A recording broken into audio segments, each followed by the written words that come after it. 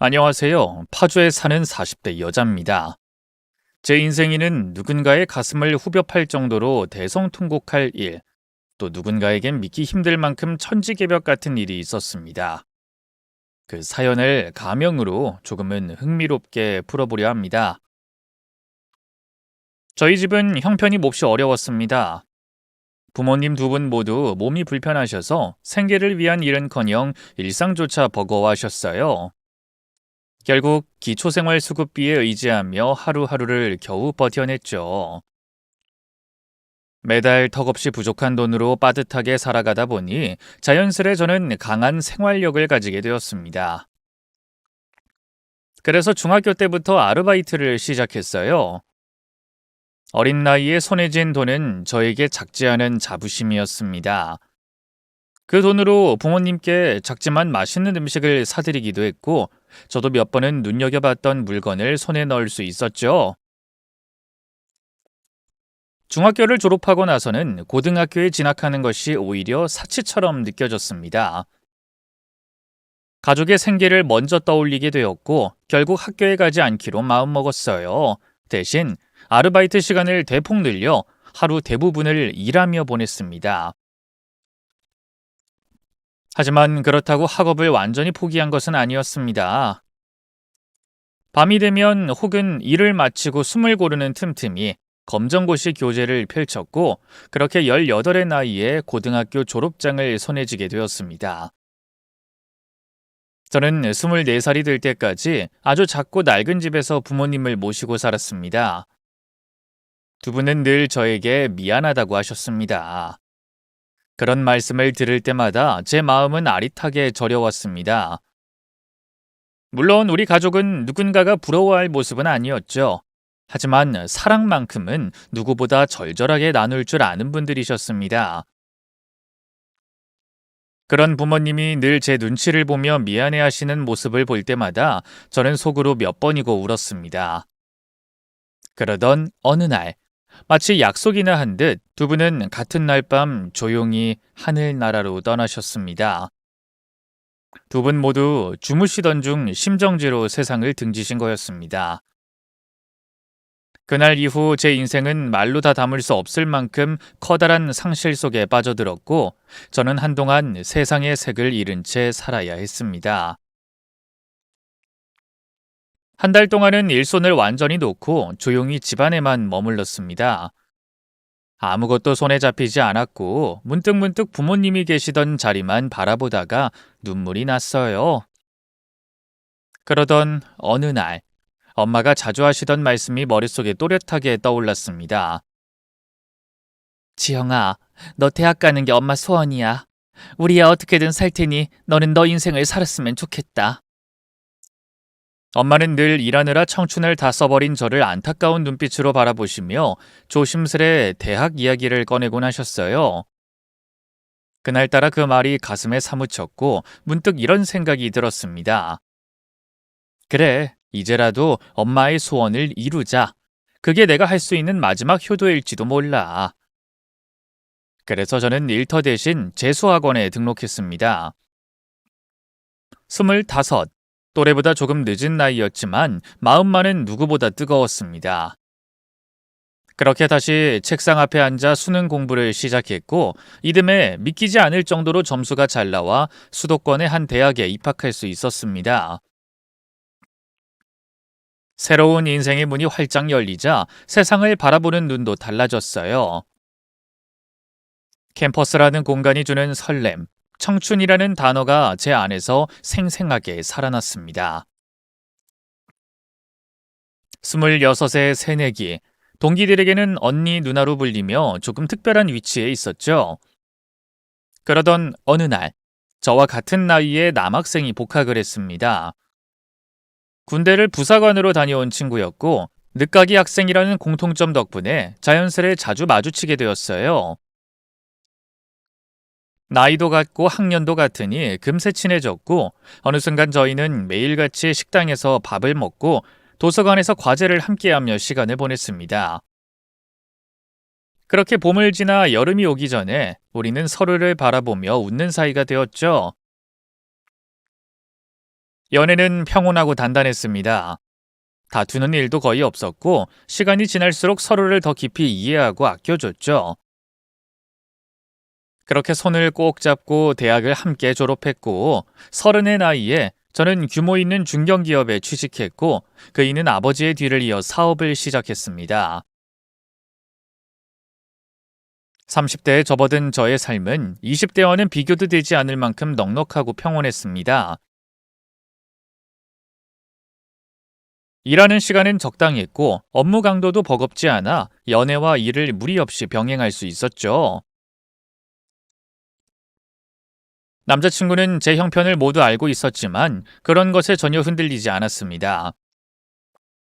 오히려 하루라도 빨리 결혼하고 싶다며 진심을 담아 자꾸 저를 졸라댔어요. 아직 가진 것도 없고 내세울 곳 없는 저라 망설임이 컸지만 그이는 마치 오래 품어온 소원처럼 저와의 결혼을 간절히 바랬습니다. 지금 가진 게 없다는 건 아무 문제 아니야. 난 네가 살아온 그 시간 자체가 자랑스럽고 앞으로도 함께할 사람이 너라면 더 바랄 게 없어.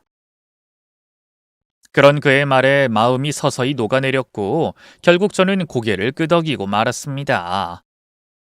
그렇게 처음 시댁에 인사를 드리게 되었죠. 저는 하나도 숨기지 않고 제 삶의 이야기를 있는 그대로 전했습니다. 부모님의 건강, 제 유년기, 학업과 알바로 뒤섞인 청춘까지. 그런데 놀랍게도 시부모님은 그런 저를 괜찮다가 아니라 참 좋다고 말씀해 주셨습니다. 진심 어린 눈빛으로요. 그 순간, 아, 이 남자가 괜히 밀어붙인 게 아니구나 싶었고 그 믿음이 확신으로 바뀌었습니다. 망설일 이유가 없었어요. 우리는 바로 결혼식을 올렸습니다. 지영아, 이제 우리 여보 당신이라고 불러야 하는 부부 사이네? 실감이 안 나. 근데 말이야, 자기랑 결혼하니까 진짜 인생이 행복해진 것 같아. 진우 씨, 나도 실감이 안 나. 어릴 땐 결혼은커녕 그저 돈 벌면서 살아야지 싶었는데 나랑 결혼해줘서 고마워. 우리 진짜 잘 살아보자. 아니, 내가 더 고맙지. 그래, 그럼 우리 빨리 예쁜 가정부터 만들자. 애도 얼른 낳고. 뭐야, 벌써부터 그래? 그래도 신혼 좀 즐기고 나서 하지. 그런가? 그럼 시간 낭비 말고 얼른 방으로 들어가자. 마님, 돌쇠가 지금 힘 좀 쓰겠습니다. 어흥! 몰라. 그렇게 우리는 말 그대로 신혼을 즐기며 지냈습니다. 남편은 늘 저를 예뻐해주고 아껴주고 제 존재 자체를 소중히 여겨줬어요. 저는 더 바랄 것이 없었습니다. 시부모님 역시 무척이나 따뜻한 분들이셨습니다. 단 한 번도 저에게 시자 들어간 시집살이를 하신 적이 없었고 신혼집에도 거의 오지 않으셨죠. 용건 없으면 굳이 오지 마라. 신혼은 너희 둘만의 시간이야. 그 말처럼 시댁은 저희 부부의 공간을 존중해 주셨고 전화 통화만 자주 나누며 지냈습니다. 한 달에 한두 번 조용히 찾아뵙고 인사드리는 것이 전부였습니다. 결혼 생활 2년, 3년이 지나도록 저희 부부는 큰 다툼 하나 없이 사이좋게 지냈습니다. 세상의 그 어떤 문제도 서로를 향한 애정 하나로 무던히 이겨낼 수 있을 것 같았죠. 그런데 4년 차에 접어들자 조금씩 보이지 않는 금이 가기 시작했습니다. 지영아, 여보, 우리 이제 30 중반이잖아. 근데 왜 아직도 아기가 안 생기는 걸까? 글쎄, 나도 모르겠어. 날짜도 맞춰보고 노력도 많이 했는데 왜 이러지? 우리 병원 가서 검사라도 받아보는 게 어때? 검사? 설마 우리가 무슨 문제가 있겠어? 그래도 한 번쯤은 받아봐야겠지. 그렇게 저희는 뒤늦게 검사를 받았습니다. 처음엔 시부모님도 남편도 아무 말 없었기에 저 역시 별일 없으리라 믿었죠. 하지만 검사 결과는 생각지도 못한 충격이었습니다. 저는 임신이 불가능한 몸이었습니다. 이 말이 주는 무게는 단순히 의학적 결과 이상의 것이었고 제 인생을 한순간에 고요한 절벽 끝으로 데려다 놓은 듯 했습니다. 진우 씨, 미안해. 나도 정말 이럴 줄은 몰랐어. 당신 혹시 이 사실 예전부터 알고 있었던 거 아니야? 뭐? 아니야, 절대 몰랐어. 나 정말 몰랐다고. 당신 많이 실망했지? 미안해. 됐어. 뭐 애 못 가진다고 우리가 못 사는 것도 아니잖아. 그냥 있자. 남편은 그렇게 말했지만 그의 눈빛은 더 이상 절 바라보지 않았습니다. 말보다 훨씬 더 큰 침묵이 그의 표정에 드리워져 있었죠. 이 사실은 곧 시부모님의 귀에도 들어갔고 그날 저녁 두 분이 저희 집에 찾아오셨습니다. 그리고 시어머니는 문을 열고 들어서자마자 저를 머리부터 발끝까지 훑어보며 싸늘한 말투로 입을 열었죠. 치, 프림이라니. 세아가, 우리가 널 며느리로 받아준 것만 해도 얼마나 고마운 일인지 그건 알지? 네, 어머님, 그 은혜 잘 알고 있습니다. 그래, 부모도 없이 가진 것도 없던 너를 우린 아무 편견 없이 집안의 며느리로 받아줬지. 근데 결국엔 애 하나 못 낳는다고? 죄송합니다, 어머님. 제가 할 수 있는 게 사과밖에 없어서 정말 송구스럽습니다. 네가 얼마나 괘씸한 줄 아니? 난 지금 기분이 뒤통수 제대로 맞은 기분이다. 늦게라도 생기겠지 했는데 결국 이럴 줄은 정말 몰랐다. 면목 없습니다, 아버님, 어머님. 정말 죄송합니다. 우리 아들이 그냥 참자고 나는데 난 도저히 널 용서할 수가 없다. 어머님, 제가 어떻게 하면 조금이라도 마음이 풀리실까요? 그건 우리가 알아서 할 테니까 나중에 무슨 일 생기면 조용히 따르기나 해. 그 말이 무슨 뜻인지 그날 저는 정확히 이해하지 못했습니다. 하지만 그 말은 폭풍의 전조처럼 마음 한편을 얼어붙게 만들었고 저는 그날 밤 혼자 식탁에 앉아 물 한 모금 넘기지 못한 채 앉아 있었습니다. 불임이라는 사실이 밝혀진 그날 이후 남편의 마음에서는 찬바람이 불기 시작했습니다. 제가 정성껏 차린 밥상은 아무렇지도 않게 밀쳐졌고 아침마다 밝게 건네는 인사도 허공을 가르는 메아리처럼 공허하게 흩어졌습니다.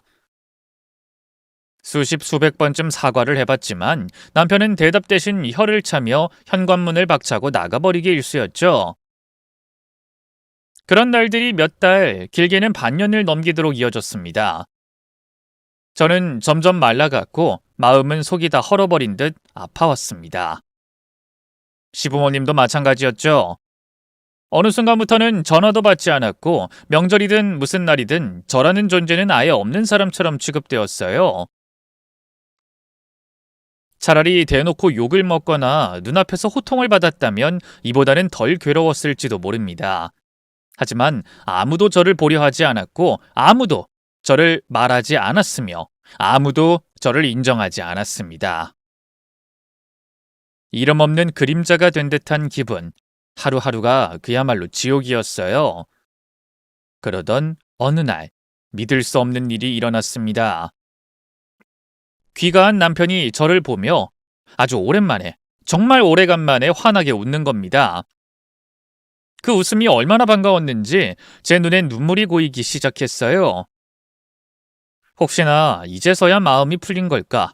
드디어 예전처럼 다시 따뜻한 남편으로 돌아와 주는 걸까? 그 순간 저는 가슴 벅찬 기대를 안고 따라 웃었습니다. 여보, 진우 씨. 지영아. 남편은 아주 부드러운 목소리로 말을 건넸습니다. 우리 대화 좀 하자. 잠깐 앉아줄래? 응, 오랜만이네. 이렇게 날 보고 웃어주는 거. 이제야 당신다운 것 같아. 정말 고마워. 할 말 있으면 해봐. 다 들을게. 그이의 입에서 흘러나온 말보다 그가 내민 서류 한 장이 더 먼저 심장을 쳤습니다. A4 용지 한 장, 깔끔하게 접힌 그 종이를 펼쳐본 순간 제 눈은 커졌고 손끝은 떨려왔습니다. 이게 뭐야? 임신 검사서야. 그래, 나도 봐서 알아. 임신 가능. 아주 또렷하게 써있네. 근데 이거 누구 거야? 아, 내 여자친구. 그 말에 제 몸이 바르르 떨렸습니다. 그이가 그동안 저를 외면하고 침묵으로 고통을 주던 이유가 결국 이것이었구나. 설마 했던 일이 눈앞에서 이렇게 대놓고 아무런 죄책감 없이 선언하다니.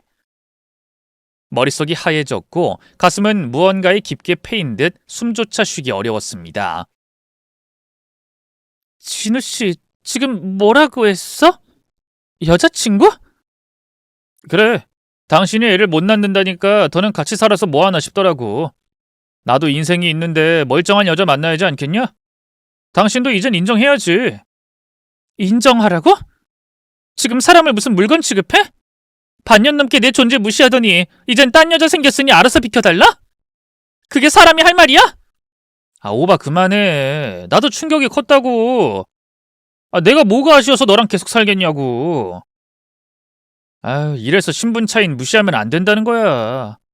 신분? 지금 당신 입에서 그 말이 나오는 거야? 내가 알던 남편이 이런 사람이었나? 이렇게 쓰레기 같은 놈이었냐고? 쓰레기라니 말이 심하다. 이렇게까지 된 건 당신이 날 이렇게 만든 거야. 뭐 어쨌든 이거나 받아. 이혼 서류야. 위자료는 충분히 줄게. 괜히 질질 끌지 말고 쿨하게 정리하자. 정말 못됐구나.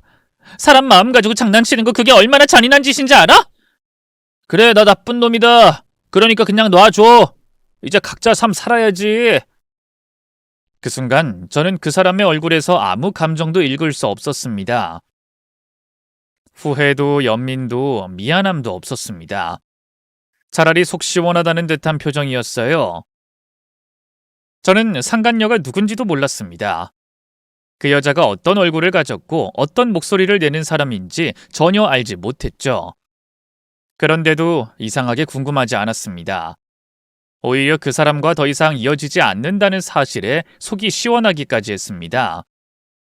그래서 저는 이혼 서류에 조용히 도장을 찍었습니다. 그 사람에게 돌아가라고, 그리고 나도 내 길을 가겠노라고 그렇게 결심했죠.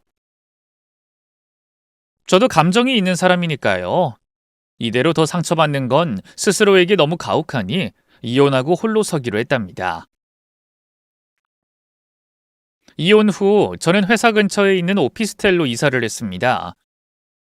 이제부터는 어떤 도움도 없이 오로지 제 힘으로 살아가야겠다고 마음먹었죠. 매일 아침 정해진 시간에 출근하고 퇴근하면 바로 집으로 돌아와 문을 잠그고 조용히 하루를 마무리했습니다. 그렇게 한동안은 세상과 거리를 두며 살았습니다. 세월은 빠르게 지났죠. 거울을 볼 때마다 얼굴엔 조금씩 주름이 늘어갔고 전보다 피로도 더 쉽게 쌓였습니다. 39이 되자 사소한 일에도 짜증이 나고 기분이 이유 없이 가라앉는 날이 많아졌습니다. 그래도 회사를 그만두지 않았고 오히려 더 열심히 일했습니다. 그 결과 저는 팀장으로 진급했죠. 그리고 40살이 되던 해 연애가 하고 싶다는 생각이 강하게 올라왔습니다. 몇 번은 소개팅도 나갔고 연애도 몇 번 해봤습니다. 물론 깊게 이어진 인연은 없었지만 혼자가 아니라는 것만으로도 위로가 됐습니다. 그러던 어느 날 전혀 예상하지 못한 일이 일어났습니다. 이혼한 지 만 5년이 지난 어느 평범한 평일 오후 회사 앞에서 전 남편이 갑자기 절 불러 세운 겁니다. 지영아, 자기야! 와, 진짜 오랜만이다. 얼굴 하나도 안 변했네. 잘 지냈어?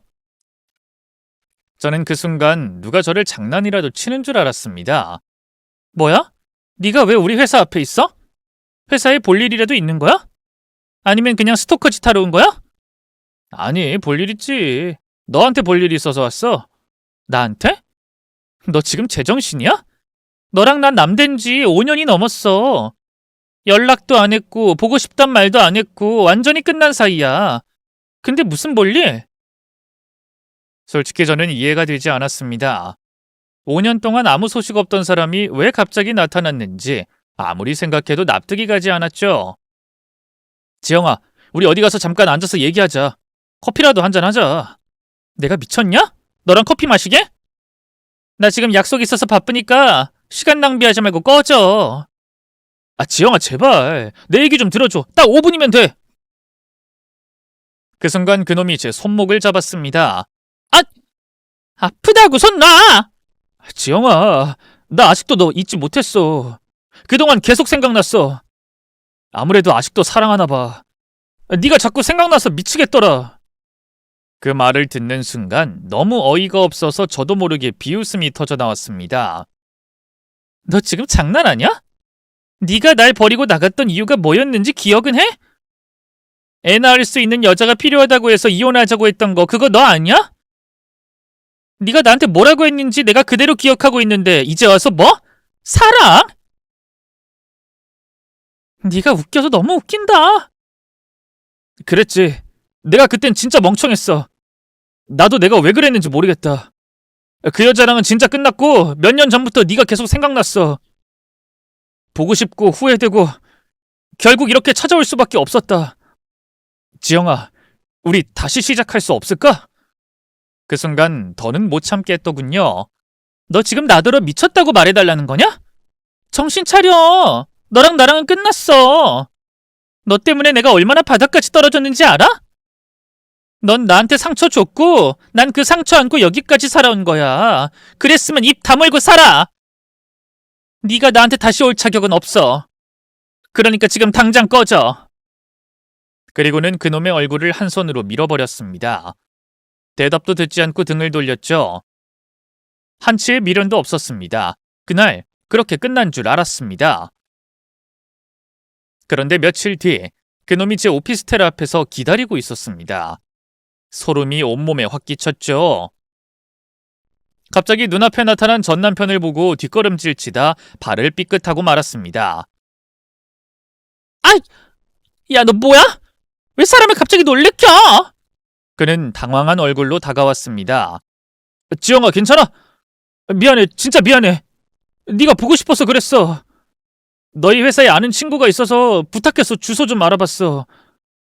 지영아, 그냥 보고 싶어서 온 거야. 그 말을 듣는 순간 제 안에서 무언가 확 끊어졌습니다. 야, 이 도라이야, 이 미친놈아! 너 진짜 왜 이래? 왜 이러는 거야? 예전에 네가 뭐라 그랬는지 기억 안 나? 난 애도 못 낳고 신분도 부족하다고 너랑은 급이 다르다고 너 스스로 잘랐잖아. 그랬던 놈이 이제 와서 이게 뭐하는 짓이야? 그는 황망한 눈빛으로 입을 떼더니 여보 하고 말했습니다. 저는 본능적으로 소리를 질렀습니다. 아, 닥쳐! 역겹다 진짜. 내가 왜 네 놈의 여보야? 정신 나간 소리 좀 그만해. 지금 당장 내 앞에서 꺼져. 경찰에 신고하기 전에 당장 꺼지라고 했어? 안 들려? 하지만 그이는 멈추지 않았습니다. 지영아, 제발 내 말 좀 들어봐. 이제 나는 아이 같은 거 전혀 필요 없어. 그냥 너만 있으면 돼. 네가 내 전부야. 이건 진심이야. 부탁이야, 한 번만. 닥쳐, 이 사이코패스야. 난 너만 아니면 돼. 너 같은 인간만 내 눈앞에서 사라지면 인생이 얼마나 평온한 줄 알아? 꺼져. 꺼지라고 몇 번을 말해야 알아듣냐?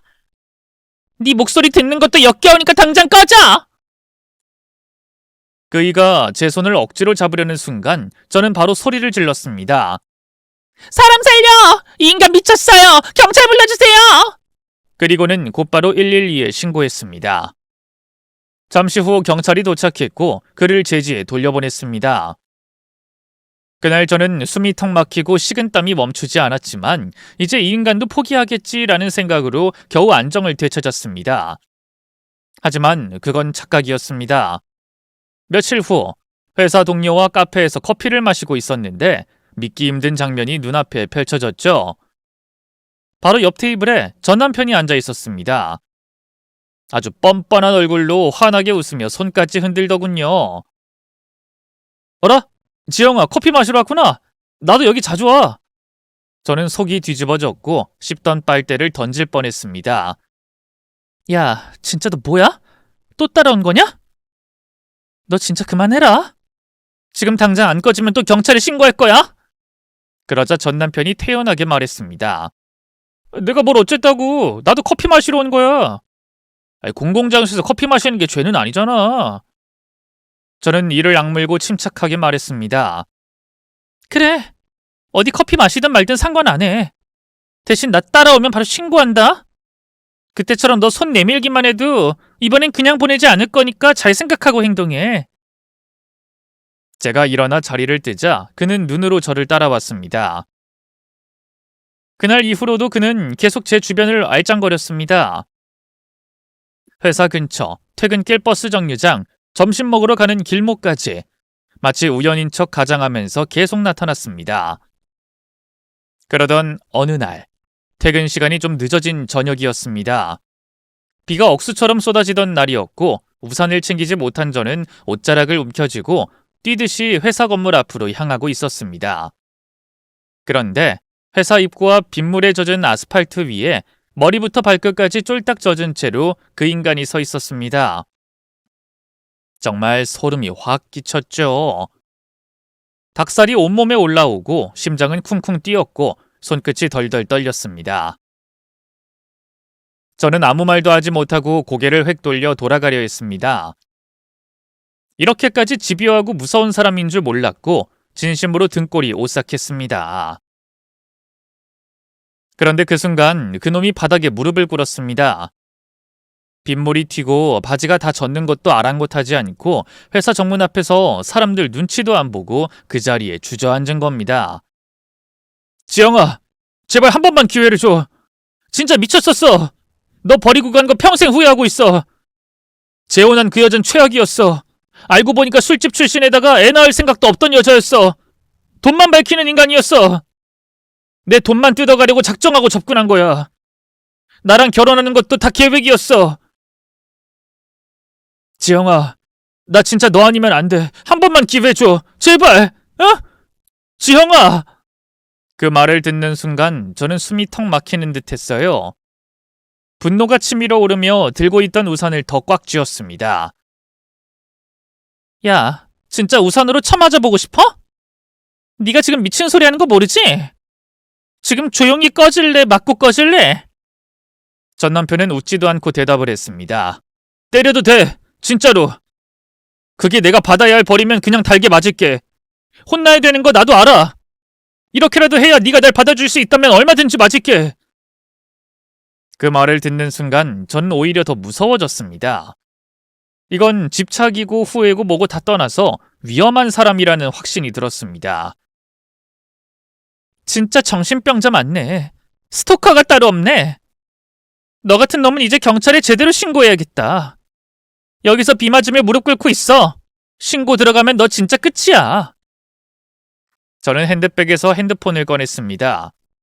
바로 112에 전화하려는 순간 그놈이 벌떡 일어나더니 제 손에서 핸드폰을 확 낚아챘습니다.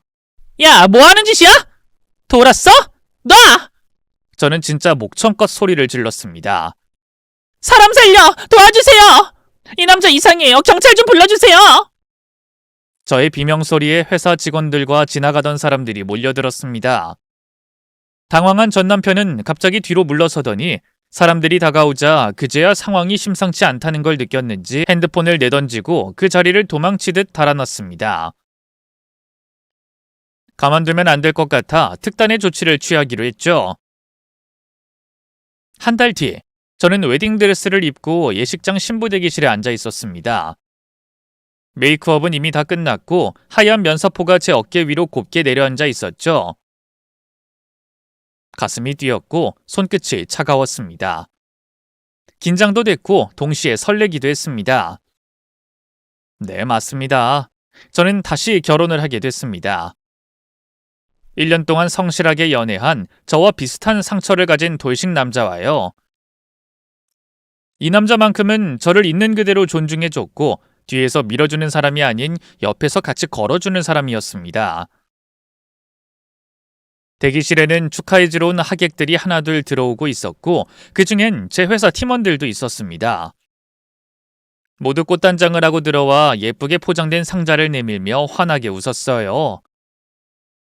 팀장님, 진짜 축하드려요. 저희가 조촐하게 선물 하나 준비했어요. 어머, 이게 뭐야? 팀장님이랑 꼭 닮은 인형이에요. 저희끼리 돈 모아서 맞춤 제작했어요. 보자마자 팀장님 생각나서 주문했죠. 세상에, 진짜 나랑 닮았다. 근데 이거 밤에 보면 약간 무서울 수도 있겠다. 농담이야. 고마워. 진짜 고마워. 팀원 중 한 명이 조심스럽게 물었습니다. 근데 팀장님, 그 스토커는 다 정리된 거 맞죠? 요즘은 안 보이더라. 지쳤나 봐. 하도 경찰에 신고했더니 포기한 것 같아. 근데 뭐 설마 오늘 같은 날 나타나겠어? 이런 날은 나도 호러 영화 찍고 싶지 않다 진짜. 저희는 웃으며 대화를 나눴고 팀원들은 사진 몇 장 더 찍고 나가면서 마지막으로 말했습니다. 정말 행복하셔야 합니다, 팀장님. 이젠 무조건 꽃길만 걸으세요. 하지만 그 평온한 시간은 오래가지 못했습니다.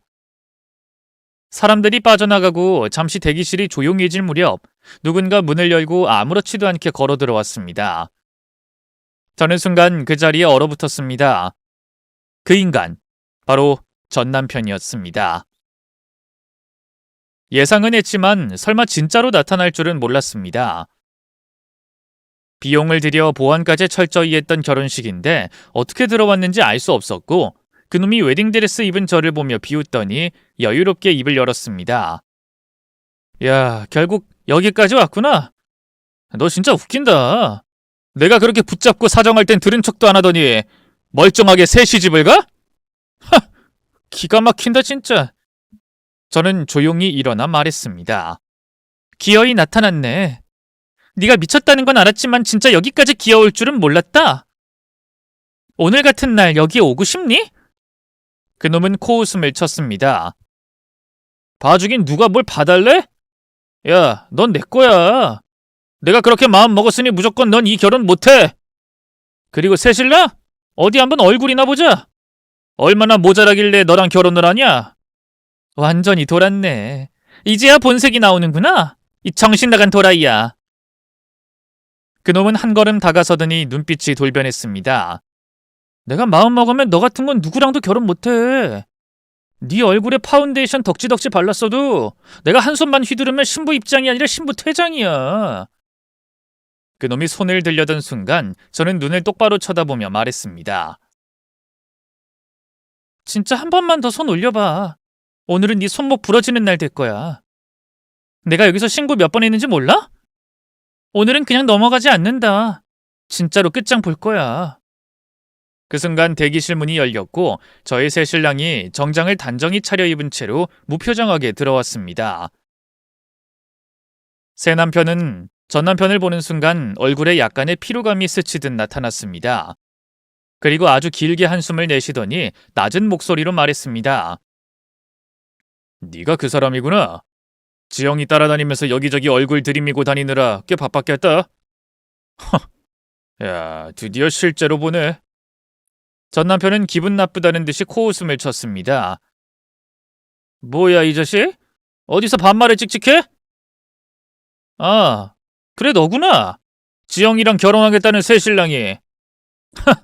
낯짝은 멀쩡하게 생겼는데 여자 보는 눈이 왜 그 모양이냐? 내가 버린 여자를 주워다 데리고 살겠다고? 지금이라도 그만둬. 괜히 인생 꼬지 말고. 신랑은 말없이 고개를 끄덕이다가 조금 더 가까이 다가섰습니다. 그리고는 아주 담담하게 말했죠. 말하는 걸 보니 지영이한테 듣던 대로 도라이구나. 이봐 송진우. 좋은 말로 할 때 지금 나가. 지금 나가면 내가 너그럽게 봐줄게. 전 남편은 어이가 없다는 듯 턱을 내밀며 신랑을 위아래로 훑어봤습니다. 와, 진짜 웃기고 있네. 네가 날 봐준다고? 하! 진짜 귀엽게 노네. 야 임마, 내가 버린 여자를 네가 주워가는 주제 어디서 큰 소리야? 마지막 경고하는 거라고 했다. 잘 생각하는 게 좋을 거야. 아이고 무서워라. 형님 너무 무서워요. 아참, 지영이 밤에 껴 괜찮지? 나랑 살 때 아주 그냥 환장을 한 계집이었는데. 어떠냐? 기분 못 갔지? 이제라도 포기하고 싶지 않냐? 제 신랑은 표정 하나 바뀌지 않았고 목소리도 더 낮아졌습니다. 지금 그 입 다물고 나가는 게 너한텐 제일 좋은 선택일 거다. 네 인생을 하직하고 싶지 않으면 지금이라도 사과하고 꺼져. 술집 여자랑 재혼해서 사업 말아먹은 한심한 놈. 전 남편은 눈을 휘둥그레 떴습니다. 뭐? 설마 내 뒷조사한 거냐? 야, 너 뭐하는 놈이야? 왜 남의 인생을 뒤져? 신랑은 작게 웃었습니다. 네가 지영이 건들지 않았으면 나도 뒷조사 같은 거 안 했어. 그 말에 전 남편의 얼굴이 붉게 달아오르더니 결국 참지 못하고 소리쳤습니다. 이거 말로 해선 안 되겠구만. 이 결혼식 내가 박살내줄게. 신부 얼굴 걷어차기 전에 네 놈 면상부터 갈아줘야겠다. 오늘 다 같이 지옥행 열차 타보자고! 전 남편은 욕설을 퍼붓더니 그대로 신랑에게 달려들었습니다. 몸을 확 날리듯 던졌고 주먹도 휘둘렀습니다. 하지만 제 신랑은 조금도 당황하지 않았습니다. 한 발 옆으로 피해 선 다음 아주 자연스럽게 전 남편의 손목을 꺾고 뒤로 돌렸습니다. 힘을 쓰는 것도 아닌데 전 남편은 순식간에 바닥에 눌려 신음했죠. 신랑은 바닥에 엎어진 전 남편을 그대로 눌러두고 한쪽 뺨을 정확하게 갈겼습니다. 소리가 짝하고 울렸고 그 뒤엔 주저없이 구두발이 전 남편의 몸통을 짓눌렀습니다. 야, 아프다고! 야, 임마, 미쳤어! 이러다 사람 잡겠다고! 전 남편의 비명에도 아랑곳하지 않고 신랑은 2번, 3번 더 가격을 했습니다. 저는 순간 당황해서 손을 들며 말렸습니다. 자기야, 됐어. 이 정도면 충분해. 그냥 내쫓아 버려. 그런데 신랑은 짧게 고개를 돌려 말했습니다. 아니야, 이 정도는 안 돼. 이 자식은 말로는 못 알아들어. 몸으로 느껴봐야 정신 차려. 그리고는 다시 뺨을 한 대 더, 이번엔 반대쪽이었습니다. 그렇게 몇 차례 더 두들겨 패고 난 후 신랑은 헐떡이며 입을 열었습니다. 송진우, 너 내가 뭐하는 사람인지 몰랐지? 전 남편은 바닥에 뻗은 채로 숨을 몰아쉬며 말했습니다. 몰라, 뭔데? 나 NPL 투자사 대표야. 뭐? 그게 뭔 개소리야? 신랑은 담담하게 설명했습니다. 부실 채권 사서 빚 받아내는 회사. 간단히 말하면 너 같은 사람한테서 채권 사서 끝까지 받아내는 게 내 일이지. 전 남편의 표정이 순식간에 굳었습니다. 설마 그럼 며칠 전에 내 통장 가압류 건 것도 너냐? 집에 딱지 붙이러 온 회사가 네 놈 회사였어? 신랑은 웃으며 대답했습니다. 정확히 말하면 내 직원들이 했지. 네 빚, 카드사, 은행, 사채까지 다 들춰받고 네 명의로 된 재산 전부 매입에 들어갔다. 출국 금지 조치도 들어간 상태고. 뭐? 야, 이 자식아, 그걸 왜 네가 해? 왜긴 왜야. 넌 내 와이프를 따라다니며 협박했고 결혼식까지 망치려 했잖아. 그리고 과거엔 내 와이프를 처참하게 버렸지. 그래서 그 대가 치르게 해주는 거지. 네 놈이 그동안 착한 채권자만 만났었나 본데 넌 이번에 아주 잘못 걸린 거야. 전 남편은 주먹을 쥐며 이를 갈았습니다. 이런 개같이 꼬였네. 지영이 신랑이 하필 이런 놈일 줄이야. 신랑은 그의 눈을 똑바로 보며 말했습니다. 난 그냥 빚쟁이 아니야. 널 끝까지 무너뜨릴 수 있는 놈이야. 지금은 그냥 시작일 뿐이고 앞으로 네가 어떤 삶을 살게 될지 두고 봐. 전 남편은 신음하며 몸을 웅크렸습니다. 젠장, 힘은 왜 이렇게 센 거야? 아니, 사람 살려! 신랑은 숨을 고른 뒤 소리를 질러 경호원들을 불렀습니다. 잠시 후 정장 차림의 경호원 2명이 들어와 전 남편을 양쪽에서 끌어냈습니다. 전 남편은 저항했지만 워낙 혼이 나 있는 상태라 별 힘도 못 썼습니다. 그렇게 그 인간이 완전히 사라진 뒤에서야 저는 안도의 숨을 길게 내쉴 수 있었습니다. 자기야, 미안하고 정말 고마워. 신랑은 고개를 가볍게 젓고 웃었습니다. 아니야, 말했잖아. 내가 다 알아서 할 거라고. 당신은 아무 걱정하지 마. 오늘은 우리 둘의 날이야. 이제 웃고 기분 좋게 결혼식 하자. 신혼여행도 재밌게 다녀오고 말이야. 우리 지금부터 새 인생 시작하는 거야. 신랑은 제 손을 다정하게 잡아 일으켰습니다. 부모님이 안 계신 저를 배려해 신랑은 신부 입장을 혼자 하지 않고 함께 하기로 했습니다. 대기실 문이 열리고 저희 둘은 나란히 예식장으로 걸어 들어갔습니다. 결혼식은 그야말로 아름답고 성대했습니다. 화려한 꽃장식, 따뜻한 음악, 수많은 하객들의 환한 축하 속에서 저는 이제야 진짜로 안전한 사랑 안에 있다는 걸 느꼈습니다. 신혼여행은 정말 꿈 같았습니다. 새 남편과 함께한 모든 시간이 따뜻했고 그동안 쌓인 마음의 피로가 조금씩 풀려가는 느낌이었어요. 하지만 돌아오자마자 남편은 한마디 했습니다. 이제 진짜 시작이야. 송준우 뿌리부터 뽑아야지. 그리고 그는 말 그대로 그렇게 했습니다. 법적 절차를 하나하나 밟아가며 전 남편이 가진 걸 모두 정리해 나가기 시작했습니다. 먼저 전 남편 명의로 돼 있던 주택, 가압류 신청 후 바로 경매로 넘겨졌고 집은 빠르게 팔렸습니다.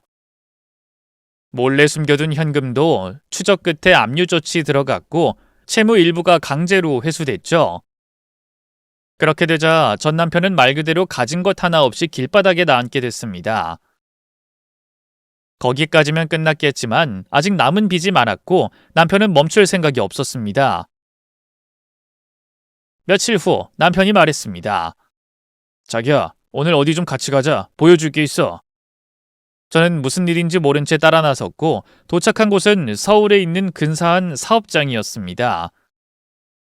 입구에 걸린 간판은 낯선 상호였지만 분위기에서 뭔가 익숙한 기운이 느껴졌죠. 그리고 안으로 들어서자마자 전 남편이 직원들에게 업무 지시를 하고 있었습니다. 전 남편은 저 일 보더니 얼굴이 굳어 곧 소리쳤습니다. 와, 진짜 징글징글하네. 당신들 대체 나를 얼마나 따라다니는 거야? 여긴 또 어떻게 알아낸 거냐고? 지금 뭐야, 뭐 스토커야 뭐야? 남편은 한 발 앞으로 나서며 차분히 말했습니다. 내가 말했지, 끝까지 따라간다고. 네가 내 아내한테 했던 짓 내가 똑같이 갚아준다고. 그리고 이어서 주변을 둘러보더니 한마디 더 붙였습니다. 부모 돈으로 사업 차렸구나. 네 명의는 피했겠지? 전 남편은 코웃음을 치며 당당하게 말했습니다. 당연하지. 여긴 내 명의 하나도 없어. 사업자 등록도 계좌도 모두 전부 우리 아버지 명의야. 그러니까 가압류 같은 소린 집어치워. 너희가 여기 건드릴 수는 없거든. 남편은 씩 웃으며 고개를 천천히 끄덕였습니다. 하하, 네가 나보다 법을 잘 아는 줄 알았는데 아직 멀었구나. 나는 채권자로 20년을 살아온 사람이야. 명의가 누구냐보다 실질적 경영권이 누구에게 있는지가 중요하지. 회사 돌아가는 구조, 돈 흐름, 결정권, 직원 관리까지 다 네가 하고 있잖아. 이거 법원에 제출하면 금방 뒤집힌다. 전 남편은 목소리를 높였습니다. 닥쳐 나가! 이 스토커 놈들아! 진짜 경찰 부르기 전에 꺼져! 그때 저는 웃음이 터졌습니다. 하! 송진우, 이제 알겠어? 네가 날 따라다니면서 거지 같은 소리 하던 거? 지금 네가 겪는 이 기분 고스란히 너한테 돌려주는 중이야. 전 남편은 씩씩대며 소리쳤습니다. 야, 그거랑 이거랑 같냐? 난 그때 너한테 순수한 마음으로 다시 잘해보고 싶었던 거고 이 자식은 지금 내 목줄을 잡고 따라다니는 거잖아. 빚도 어느 정도 갚았으면 떨어질 것이지 징글징글하게 따라다니냐? 남편은 냉정하게 웃으며 말했습니다. 너 경고 무시했지? 기회도 줬고 말로도 했잖아. 근데 네가 먼저 깽판 쳤어. 그러니까 이젠 끝까지 간다. 너도 네 부모도 사업장 지키기 힘들 거야. 이건 단순한 앙심이 아니고 정당한 회수 절차야. 자, 두고 봐. 너한테 생지옥이 뭔지 보여줄게. 전 남편은 더는 말도 못하고 씩씩거리며 쫓아냈습니다. 둘 다 나가! 당장 나가! 해볼 테면 해보라고 이 자식들아! 그렇게 사업장을 나오면서 저는 남편 옆에서 말했습니다. 진짜 멋지다. 아주 제대로 되갚아주는 중이네. 남편은 무표정하게 말했어요. 기회 줬을 때 사과했으면 좋게 끝났을 텐데 그걸 걷어찼으니까 이젠 그 값 치르게 해야지. 나 원래 이렇게 악독한 사람은 아니었어. 저는 아무 말 없이 고개를 끄덕였습니다. 복수는 큰 소리보다 조용하고 확실하게 이루어질 때 더 깊은 쾌감이 있다는 걸 깨달았던 순간이었죠. 정확히 7개월 뒤, 전 남편의 회사는 결국 폐업했습니다. 제 남편이 끝까지 소송을 밀어붙였고 법적 절차 하나하나를 놓치지 않고 치밀하게 진행해서 전 남편의 숨통을 꽉 틀어쥐었죠. 결국 남아있는 재산은 전부 압류됐고 몰래 숨겨놓은 현금과 사업자금까지 강제 집행됐습니다. 그 사람은 자기 혼자만 무너진 게 아니었습니다. 시부모에게 손 벌려 만든 사업이었기에 부모까지 연대 책임을 지게 되었고 그 피해는 고스란히 가족 전체에게 번졌습니다. 어느 날 예고도 없이 전 남편이 우리 부부를 찾아왔습니다. 복수를 하러 온 것 같진 않았어요. 머리는 헝클어졌고 얼굴은 반쯤 꺼져 있었고 말 그대로 뼈에 가죽만 덮인 몰골이었습니다. 주영아, 그리고 사장님, 이제 속이 좀 시원하세요? 내 사업 망하게 만들고 우리 부모님까지 길바닥에 나앉게 했잖아요. 그 말에 남편이 조용히 고개를 들었습니다. 송진우, 우리 결혼식 날 네가 조용히 나가고 사과했으면 이런 일 없었어. 하지만 넌 내 아내에게 막말을 퍼붓고 협박까지 했지. 난 그날 경고했어. 그리고 지금 넌 그 경고에 대한 대가를 치른 거야. 어때? 알거지가 된 기분이. 전 남편은 고개를 떨구며 흐느꼈습니다. 진짜 너무합니다. 사장님, 저 좀 살려주세요. 신용불량자라서 아무것도 못해요. 부모님은 지금 쉼터에 계십니다. 충격 때문에 밥 한 끼도 제대로 못 드시고 있어요. 제발 집이라도 한 칸 마련하게 도와주세요. 부탁드립니다. 저 사장님 탓하지 않을게요. 그리고는 무릎을 꿇고 바닥에 머리를 박고 오열했습니다. 그 모습을 보는데 이상하게 통쾌함이 올라왔습니다. 그래서 제가 나섰습니다. 송진우, 내가 임신 못한다고 무시하고 다른 여자랑 재혼하겠다고 통보하던 그날 기억나? 날 버리던 그날 난 쓰레기처럼 내쳐졌고 넌 잘 살아라 한마디도 없이 떠났지. 그리고 5년 뒤에 나타나선 다시 시작하자며 따라다녔지? 결혼식 날 대기실까지 쳐들어와서 협박까지 했고. 그런 짓을 한 인간이 이제 와서 동정받고 싶어? 우리가 널 도와줄 일은 단 한 톨도 없어. 지영아, 내가 미안해. 정말 미안해. 매일 무릎 꿇고 빌게. 제발 우리 식구가 다시 지낼 수 있는 공간이라도. 부탁이야. 네 남편 돈 많다며. 건물주라며. 사장님, 제발. 남편이 제 눈치를 봤습니다. 어떻게 할까 하는 눈빛이었죠. 저는 짧게 아주 단호하게 윙크했습니다. 봐주지 말자. 남편은 고개를 끄덕이고 말없이 그를 돌아세웠습니다. 가라. 내 아내가 용서 못한대. 물론 나도 마찬가지고. 지옥에서 잘 살아남아봐. 이 사악한 것들아! 니들 얼마나 잘 사는지 내가 두고 보겠어! 그렇게 전 남편은 돌아섰고 그 뒤로 그는 다시는 우리 앞에 나타나지 않았습니다. 나중에 들은 소문에 따르면 먹고 살 방법이 없어진 그는 보이스피싱 조직에 발을 들였다가 붙잡혀 징역형을 받았다고 하더군요.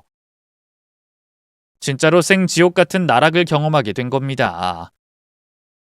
한편 저는 남편과 함께 2층 대저택에서 조용하고 평화로운 삶을 살고 있습니다.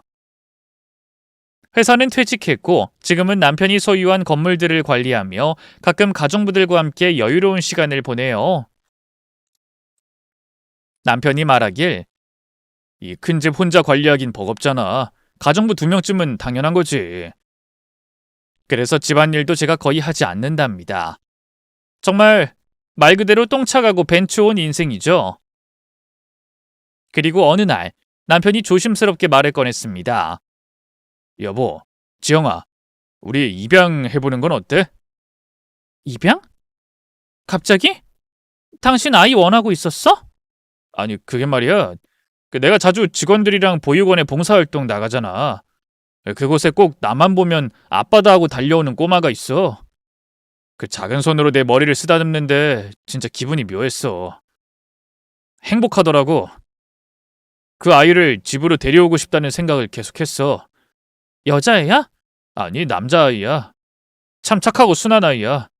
볼 때마다 자꾸 정이 들어. 그냥 나도 모르게 계속 생각나. 저는 한참 말이 없었어요. 잠시 후 조용히 말했습니다. 내가 아이를 낳을 수 없어서 그런 거지? 남편은 즉시 고개를 저으며 말했어요. 아니야, 그건 전혀 아니야. 당신이 아이를 낳았더라도 난 이 아이를 입양하고 싶었을 거야. 그만큼 특별한 아이야. 그리고 우리 둘이라면 이 아이한테 정말 좋은 부모가 되어줄 수 있을 것 같아. 저는 고개를 끄덕였고 며칠 후 함께 보육원에 가서 직접 아이를 만났습니다. 남편이 왜 그 아이를 그렇게 좋아했는지 단번에 알겠더군요. 아이도 저에게 처음 본 날부터 엄마 하며 안기더군요. 저희는 많은 대화를 나눴고 신중하게 결정했습니다. 그리고 그 아이를 정식으로 입양했죠. 그래서 지금은 우리 집엔 세 식구가 살고 있습니다. 우리가 가슴으로 낳은 아들이고 우린 그 아이를 온 마음 다해 사랑하고 있습니다. 과거에는 상상도 못했던 삶이지만 지금 저는 누구보다 편안하고 따뜻한 가정을 꾸리고 있습니다. 전 남편과의 갈등, 그 긴 터널을 지나 지금은 진짜 내 편인 사람과 진짜 내 아이와 함께 사는 날들을 보내고 있습니다. 지금까지 저의 파란만장했던 이야기, 그리고 작은 기적 같은 결말까지 읽어주셔서 감사합니다. 부디 이 글을 읽는 모든 분들께도 따뜻한 가정과 사랑이 가득하길 바랍니다. 저는 앞으로도 잘 살겠습니다. 고맙습니다.